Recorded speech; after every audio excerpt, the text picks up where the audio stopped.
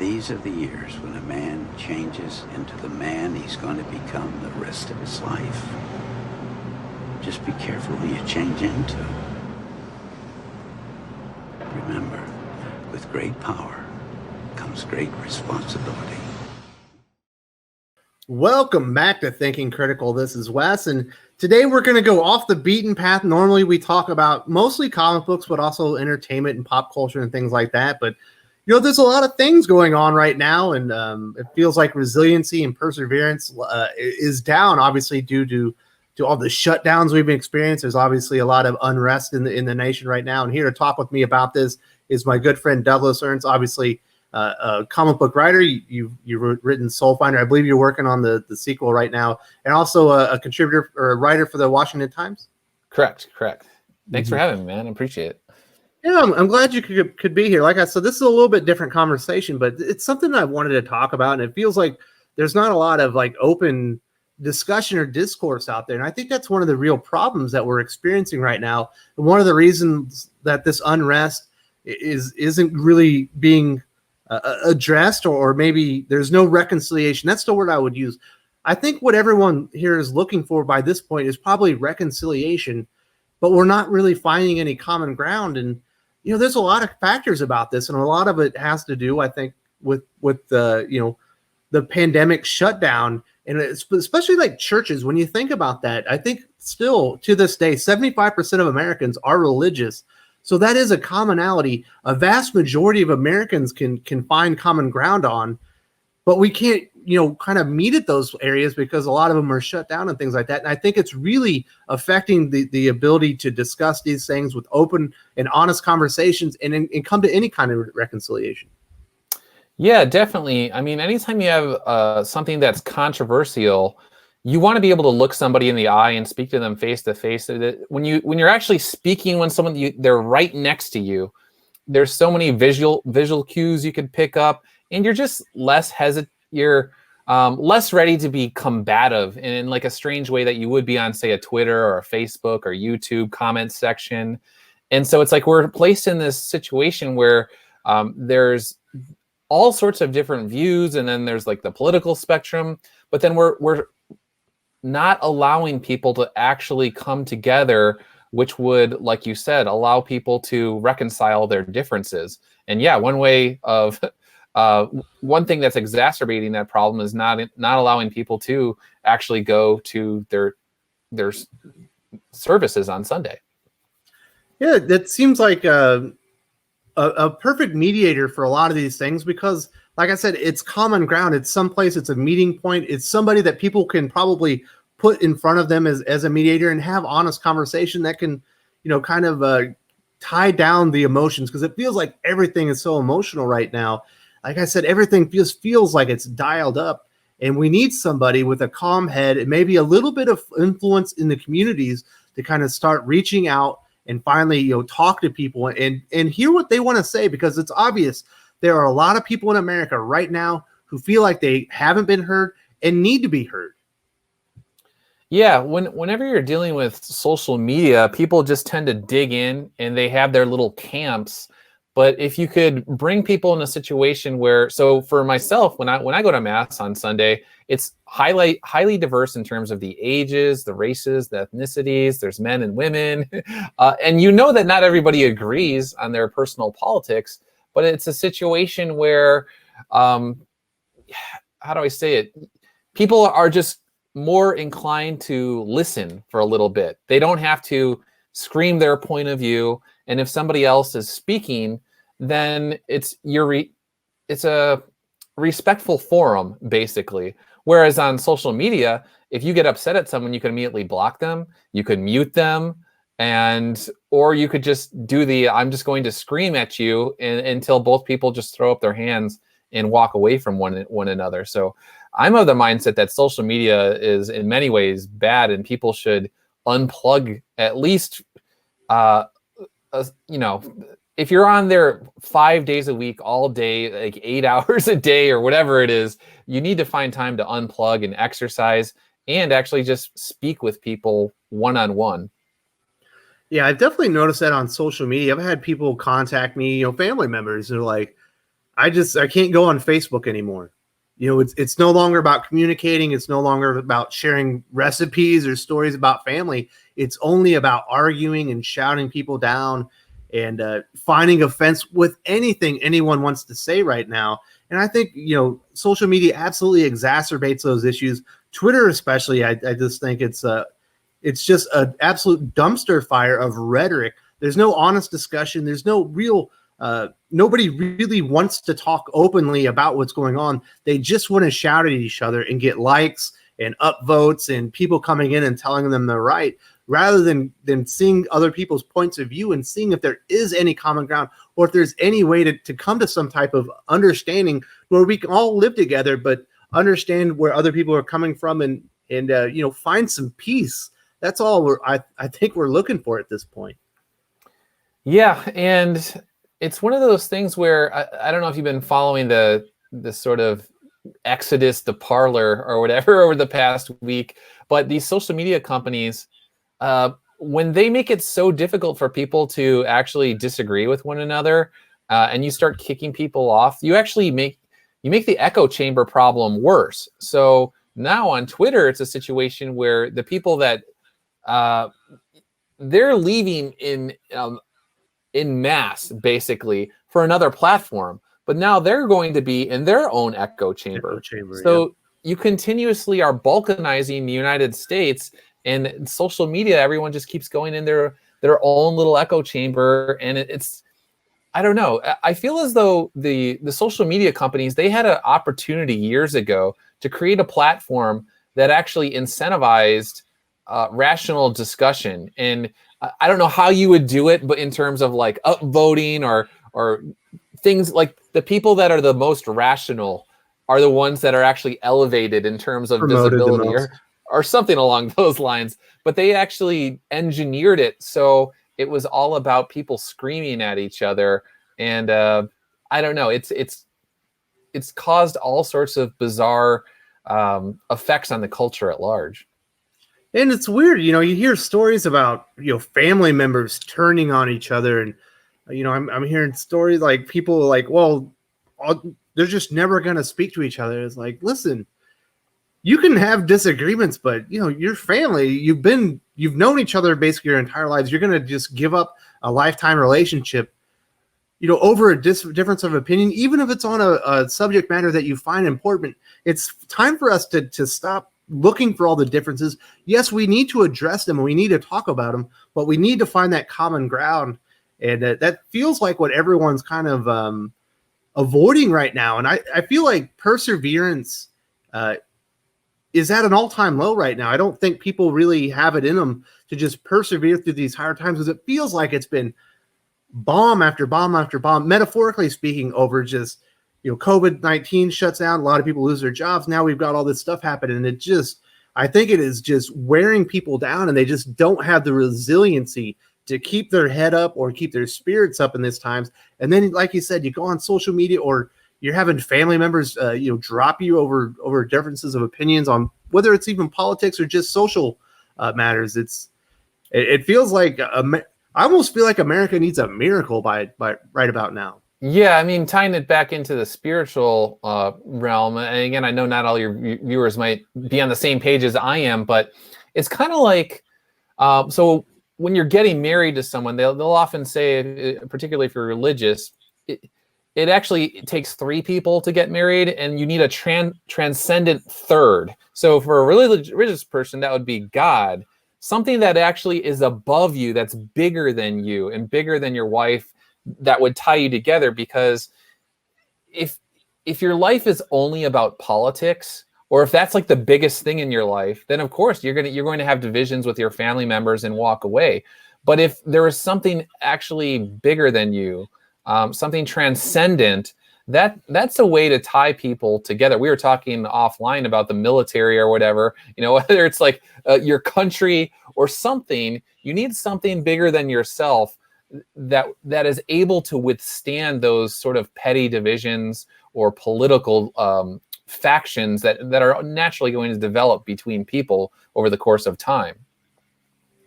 Yeah, it's interesting. Mentioning my military days. Obviously, I was a senior NCO by the time I retired. And we would always talk about your health, and one of the things we definitely we emphasize when you're talking to the younger men and women you have, because you might not realize this. Everyone's kind of just displaced when you're in the military. So you have 19, 20-year-olds working for you that have never left home for the first time. So it's a really hard transition. You have to talk about resiliency and perseverance, and you always have to check on their spiritual health. And I think a lot of people might get that misconstrued, that it could only mean religious health. And that's, certainly for religious people, that certainly falls into spiritual health. But you don't have to be like a religious person to have spirituality. I think everyone still has that. There are things that tie us together as human beings that are greater than just than religion. It can be care, concern for other people. And it feels like people aren't looking out for their own spiritual health right now. They're certainly not looking out for the spiritual health of, they're in the military. We call them our battle buddy, the neighbor next door, your brother or your sister, just to make sure that they're doing okay.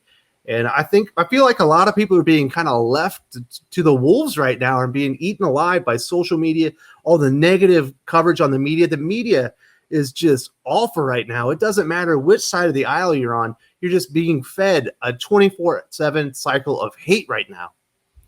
Yeah, and it's kind of hard. Like, I don't want to take this into a total philosophical discussion, but going back to, you mentioned church, that's a place where they actually speak about objective truths. And I think one of the problems with the general society and culture is you have a lot of people that they're all a bunch of moral relativists. They want freedom, but the freedom isn't tied. It's not tethered to any sort of idea of objective truth. And so when you don't have objective truth, then it's a free-for-all for everybody.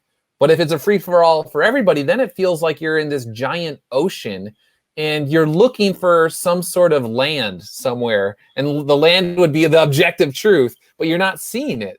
You're just seeing this cacophony, or hearing this cacophony of people screaming at each other. Everybody thinks they're right. But if there is no objective truth, then it's like basically a recipe for insanity. And by not allowing people to go to masses on the weekend, or severely restricting it to, like I was telling you offline, we can go to mass where I am, but it's a max capacity of 50 people in the cathedral, and there's literally police caution tape making sure everyone's 6 feet apart from one another. They got to disinfect it.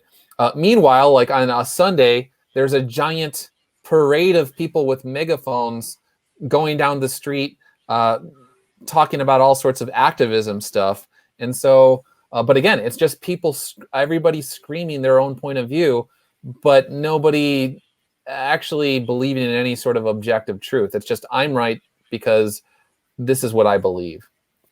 Yeah, it feels like everyone, like you mentioned, everyone's screaming about what they believe is true, but no one's listening. Because I think if we all listened, we would find there is common ground. There is, there are a lot of things that we probably can agree on, and there's probably a few things in there that we need further conversation, open, honest conversation about. But it feels like the dividing line has been just put in the culture right now, to where I don't know. As a Christian, I don't know if it's the devil, but it feels like some power is in there that is intentionally just trying to split people apart, and it feels like they're winning right now.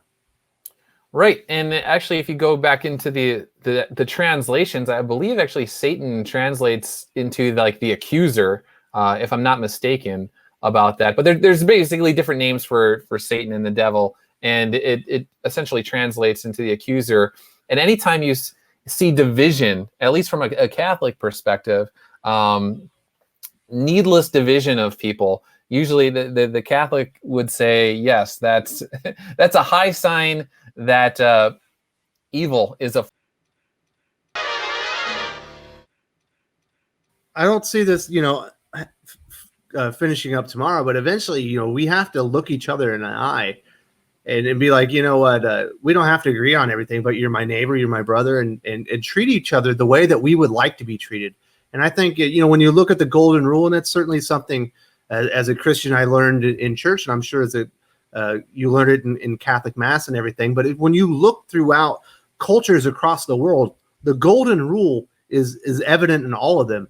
Do unto others as you would like them to do unto you. So I hopefully when all this calms down, we can finally look each other in the eye and say, hey, I will treat you the way I would like to be treated, but I hope you treat me the same. And then we can all be better neighbors. We can understand each other more and find some healing, because it's absolutely clear to me, and you might not agree with me, that there is healing needs to be done, that some people feel there are people in this country that feel like their voices have not been heard. It's time to hear them. It's time to acknowledge the issues and see if we can come to, like I said, some type of reconciliation. But discourse is so important, and I just can't.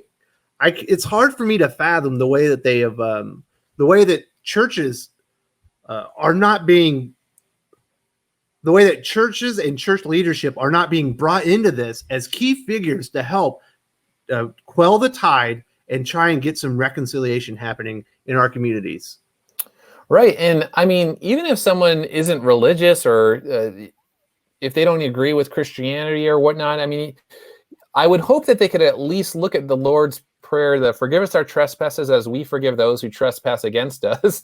That's a message of forgiveness. The thing with practicing Christians is that they're able to forgive somebody who has wronged them and wipe the slate clean and say, okay, if you want to move forward, then I could move forward.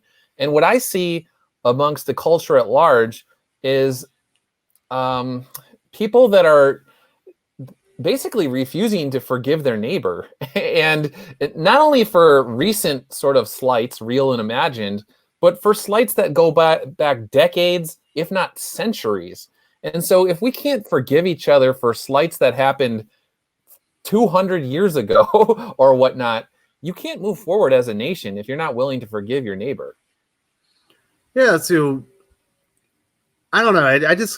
I would never want to be a person, me personally, a person that was all about persecution, condemning other people. But I do think, forgiveness is a sign of grace. So hopefully we can all start, kind of showing grace, whether you're religious or not religious. I think do unto others as you want them to do unto you. That doesn't, like I said, it transcends religion. That's something that we should all hope that we get from our neighbors. And it's just, like I said, from the very beginning, it has to come through open, honest dialogue, open, honest discourse. And I think with the way that things are going right now, we're not going to get that. And I think just like the premise of this thing, of the conversation is that, churches, religious centers, other places where people can come together are absolutely invaluable. And I couldn't imagine a worse time for this to happen, because so many of them are inaccessible right now. Right. And as I was telling you before we even came on, speaking of like the high risk pool of people are very old, the old population, the elderly.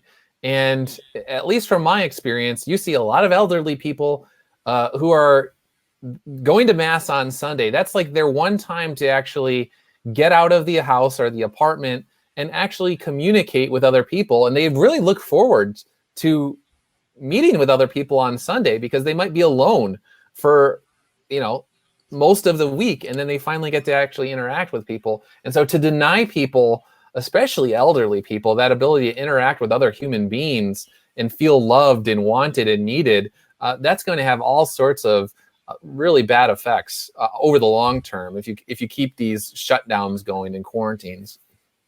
Absolutely. I think it's definitely affecting resiliency, perseverance, and I think it's going across the nation. I think there are probably some people that are better suited to handle anarchy and some of the things that are happening right now. But I think for the most part, human beings are social creatures. We want to interact with each other, and we want to interact well with each other. We want to love each other. I don't think everybody wants to fight. Sometimes, fighting it has to happen, but but you have to step back eventually, and hopefully, like I said, that's the whole purpose of this, that happens. Doug, I really appreciate you coming on the channel here today talking about this. Obviously, it's touchy subjects, a lot of things happening right now. Is there anything else that you needed to address that I never hit before we wrap this up? No, I just want to thank you again for inviting me. And I think it's kind of cool that you have a channel where you can break off from the, just your normal material and actually talk about something more serious in terms of like the broader culture. And that's pretty cool because a lot of channels don't really do that. It's just, I don't know. I don't want to say trivial things all the time, but I've always enjoyed that your channel brings substance and a maturity to the table that's often lacking in other corners of the internet. Well, I do appreciate those. They mean a lot coming from you. Obviously, you helped me set my channel up, and you've been very supportive of me. And just to go back on we talk about social media, I will be having David Stewart on the channel, I believe the next day after we post this one. And we're going to talk about how social media is kind of engineered to make us all fight. So that one should be really interesting. And I think you'll enjoy that one, Doug. Cool, man. I'll definitely check it out. Appreciate it. All right. Appreciate it. Later.